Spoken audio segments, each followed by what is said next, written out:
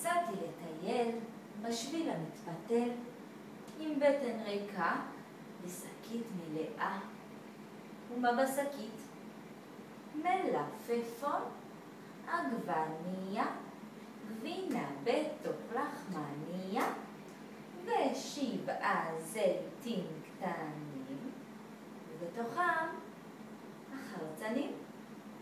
תחת עץ גדול ישבתי לאכול, ובבת אחת אכלתי את הכל. מה אכלתי שם?